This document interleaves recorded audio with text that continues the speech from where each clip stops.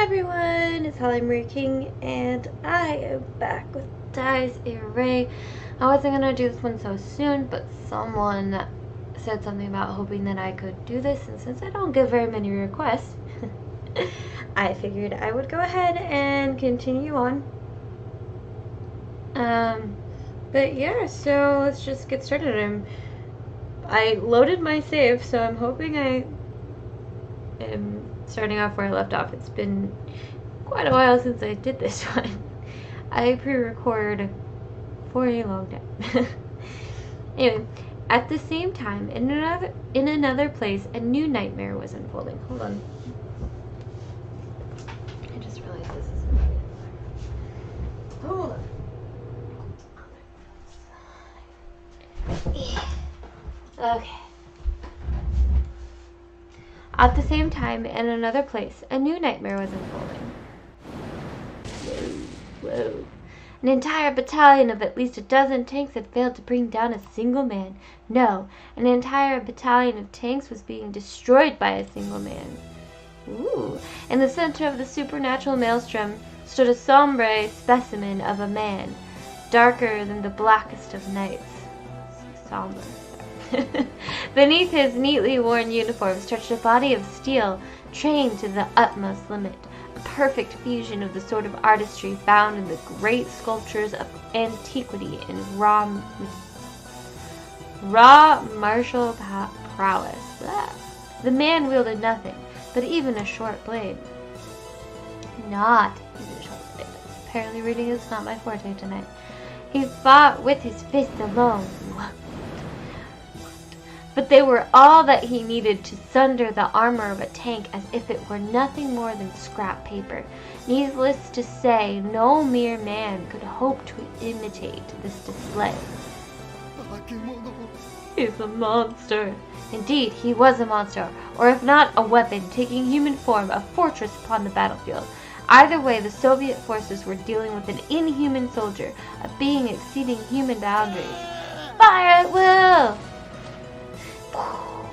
Furthermore, the towering beast of a man had yet to so much as attempt to evade any of the artillery fire being leveled upon him. Even after being pelted by countless bullets and tank shells, his body remained unscathed. However, that was only natural, for everyone knew this man, his strength, and his name, knew that he was a hero who had died a year before, and what was dead could not be killed. The man let out a deep breath. Oh yes, now I remember. His overflowing will melted the surrounding rubble into toxic waste, blasting it after with a gust of burning wind. His tightened muscles expanded to their extremes, as if longing for release. A hammer of steel. There existed nothing in this universe that could withstand the blow he was preparing to unleash. The energies gathered in his fists gave birth to refraction, causing the very visage of the man to distort. But as the man finished swelling up with energy and was about to unleash destruction, his fierce concentration suddenly let up just as it was about to reach critical mass, almost as if something had ruined his mood. Perhaps he thought the panicking soldiers, having lost their morale, were not even worth killing. Then, had those soldiers miraculously escaped the jaws of death? Of course not. What in this world could surpass the thrill of the hunt? The song of the cruel huntress echoed across the night. A scorching wave of pure flame passed by the man, devouring the soldiers, burning them to cinders. So many explosions of light. This was clearly no ordinary weapon. Its destructive force far exceeded the power of Molotov cocktails or tank fire. It was more akin to a pulse of concentrated energy from a nuclear blast. As impossible as that seemed, than any urban weapon. Otherworldly screams of pure agony reverberated through the war-torn battlefield, now engulfed by a sea of flames. The soldiers, assailed by the instantaneous burst of fire, had evaporated without a trace, but the hate-filled screams of their souls rang out into the night. This was the same phenomenon that Schreiber had conjured up just a moment earlier. What a bore.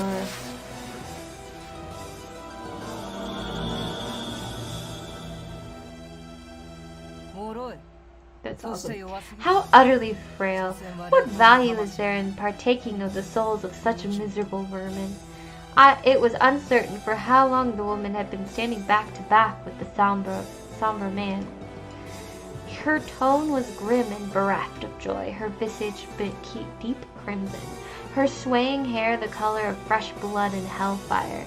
She would possess a certain calculating beauty, were it not for the gruesome burn marks covering the left half of her face. As such, her visage evoked only a grim awe born from a marriage of the fair and the repugnant. Do you have something to say to me, hero? You certainly do not look pleased. Gracefully letting forth a puff of cigar smoke, the woman posed a question to the man at her back.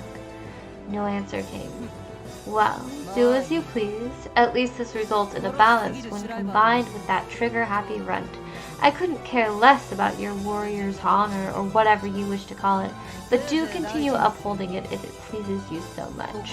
The Soviets must have their way with this place. If you understand that overindulgence and inaction are sins of equal value, then I have nothing further to say. Or perhaps you're trying to hold yourself back, since you know you won't stop until everything in your path is annihilated once you've cast off your chains. If that is indeed the case, then I can empathize with you. No one could be blamed for mistaking the Crimson Woman's words for those of a lunatic. No sane person would speak as if they were capable of destroying the entire Red Army surrounding Berlin on a whim. His Excellency, the Fuhrer, has passed. The rest of the creatures of lies and foolish dreamers will soon join him, and this city shall fall, taking countless brethren and citizens along. Truly a fitting sacrifice to offer up for the trial creation of the Ark of the Covenant. The lives of 10 countrymen are heavier, more meaningful than the lives of 1,000,000 enemies. Such is human nature. I suppose you're feeling very conflicted about that knowledge. Well, take your time. Agony is yet another form of offering. Samuel. The man finally spoke. Where's Mercurius? What? What business do you have with him? Silence again. The man failed to answer. The woman narrowed her eyes, her gaze heavy with suspicion, before letting loose an exasperated sigh. Refusing to answer again, huh? I know they say men should stay their tongues, but you take it too far. Surely you're not planning to pick a fight with that aberration. I'll tell you right now, leave that idea behind. It's nonsense. Nothing can kill that.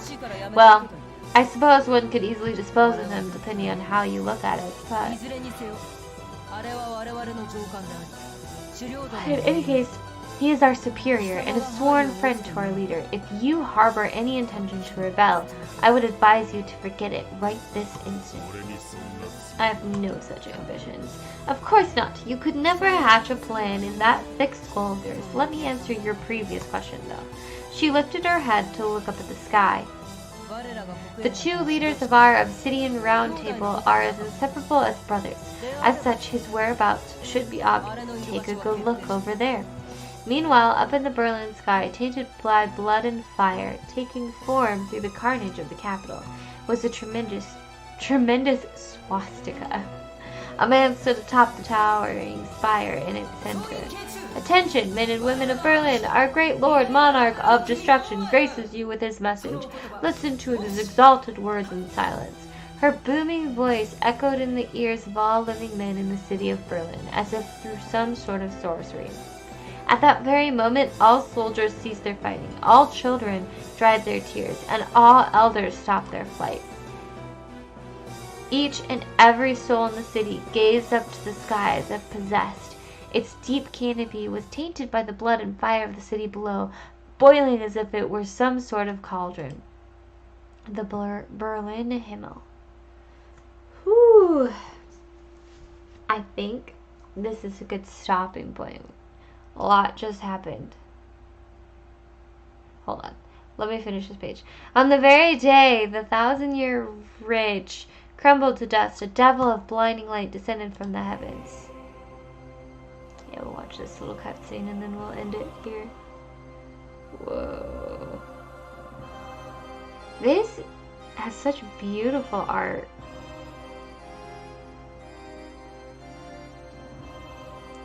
we'll learn about this guy next time. But yeah, we'll end it here, and yeah, hopefully I will see you guys next time. Bye!